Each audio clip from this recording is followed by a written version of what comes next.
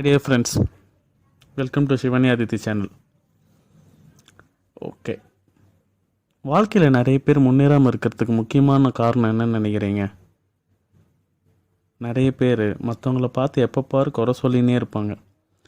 அதே மாதிரி தனக்கு ஒன்று கிடைக்கலன்னு நினச்சி வருந்துறதை விட நம்மக்கிட்ட இருக்கிறத வச்சு நல்லபடியாக வாழ்ந்துட்டு போயிடணும். அதே மாதிரி மற்றவங்கள குறை சொல்லி வாழ்கிறத மறந்துடுங்க.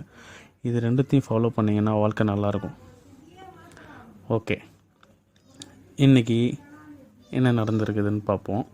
அதுக்கு முன்னாடி தமிழ்நாட்டில் மொத்தம் எத்தனை COVID-19 டெஸ்டிங் சென்டர்ஸ் இருக்குது தெரியுமா? மொத்தம் 176 இருக்குது.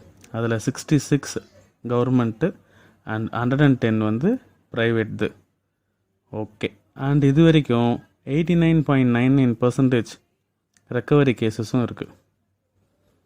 நெக்ஸ்ட்டு, கிசான் மோசடி போயிட்டு இருந்தது இல்லையா? அதில் மேலும் ஒருத்தர் வந்து கைதாகியிருக்காங்க. அவர் யாருன்னா, சேலம் மாவட்டத்தை சேர்ந்த பெத்தநாயக்கம்பட்டி வட்டார வேளாண்மை துறை அலுவலர் அன்பழகன் தான். சிபிசிஐடி போலீஸ் வந்து இன்றைக்கி அவரை கைது பண்ணிட்டாங்க. ஓகே, டெல்லியில் வங்கிகள்லாம் வந்து சரிவர செயல்படலை அப்படின்ற மாதிரி ஒரு குற்றச்சாட்டு இருந்தது.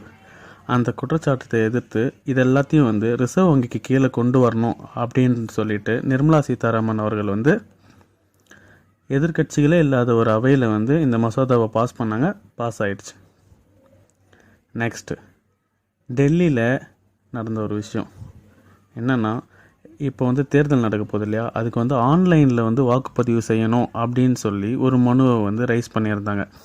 இதை வந்து உச்சநீதிமன்றத்தில் சமர்ப்பிச்சிருந்தாங்க. அந்த மனுதாரருக்கு உச்சநீதிமன்றம் என்ன அறிவுரை சொல்லியிருக்குன்னா, இதை வந்து கோர்ட் எடுத்துக்காது, இதை வந்து சென்ட்ரல் கவர்மெண்ட் தான் டிசைட் பண்ணும் அப்படின்னு சொல்லி தள்ளுபடி பண்ணிட்டாங்க.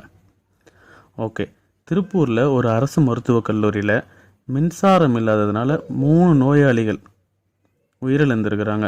கொரோனா வார்டில் இருந்த அந்த 3 பேரும் ஒரு மின்சார தடையினால் உயிரிழந்தாங்க அப்படின்றது ரொம்ப வருத்தக்குரிய விஷயம். சீனாவோட இறக்குமதி மதிப்பு வந்து போன வருஷம் இதே தேதி அப்போ இருந்த அளவை விட இப்போ 27.63% குறைஞ்சிருக்கு. பியூஷ் கோயல் மத்திய அமைச்சர் வந்து இதை தெரிவிச்சிருக்கிறார். சரிங்க ஃப்ரெண்ட்ஸ், டேக் கேர்.